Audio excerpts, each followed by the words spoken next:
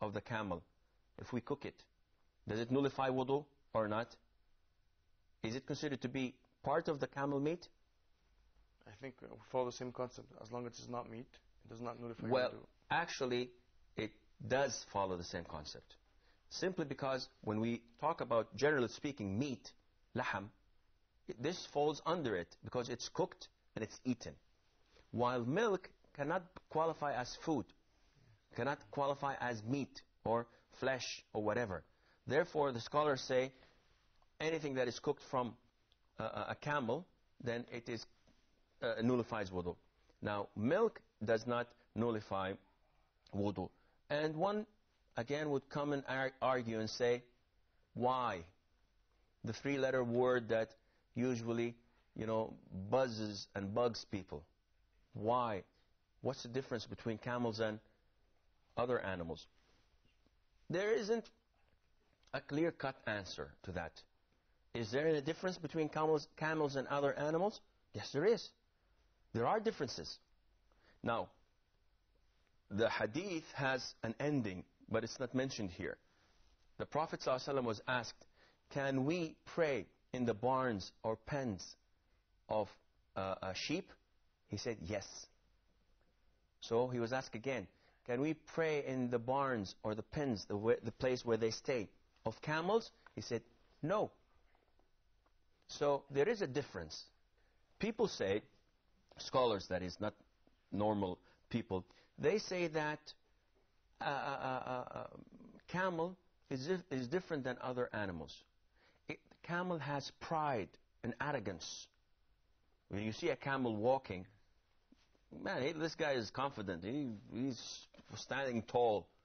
And when you see sheep, sheep is humble and modest, and that is why the Prophet ﷺ made this difference and said that those who shepherd sheep, who walk with the sheep, are people of tranquility and sakina. They're humble and modest. And those who stay with the camels and shepherd the camels are people of arrogance and of pride. And this is found, we find this in Arabia. Those who stay with the sheep are usually very humble and modest, nice people. And that is why the Prophet says, that all messengers and prophets of Allah have shepherd sheep. They all, at one stage of their time, stayed with the sheep and walked with the sheep and lived from the sheep.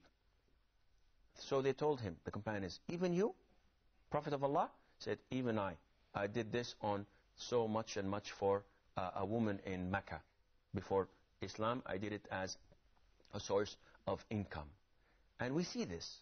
The people that always raise and shepherd camels are always arrogant. And they're not polite. And you find this pride in them. So there is a difference.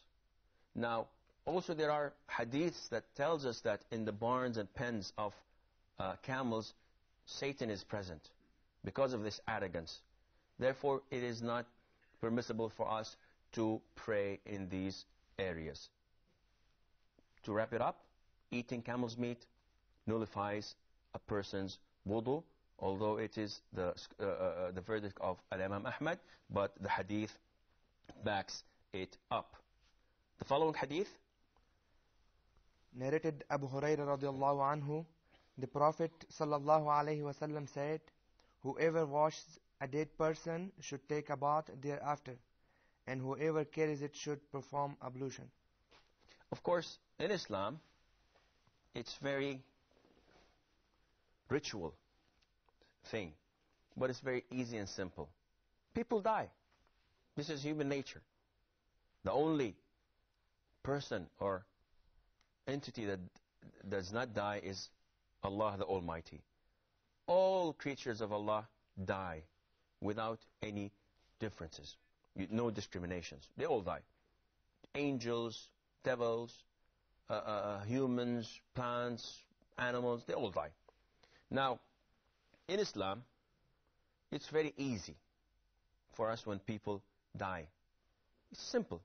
We grieve, we feel sorry, we wash them, We perfume them, we wrap them up in garments, and we take them, perform funeral prayers, asking Allah for forgiveness, put them in a ditch, in a hole, bury them.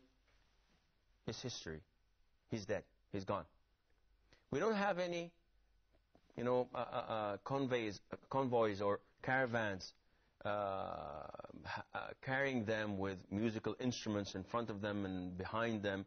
We don't have any big receptions and spending money and wasting it on food and beverages and so on.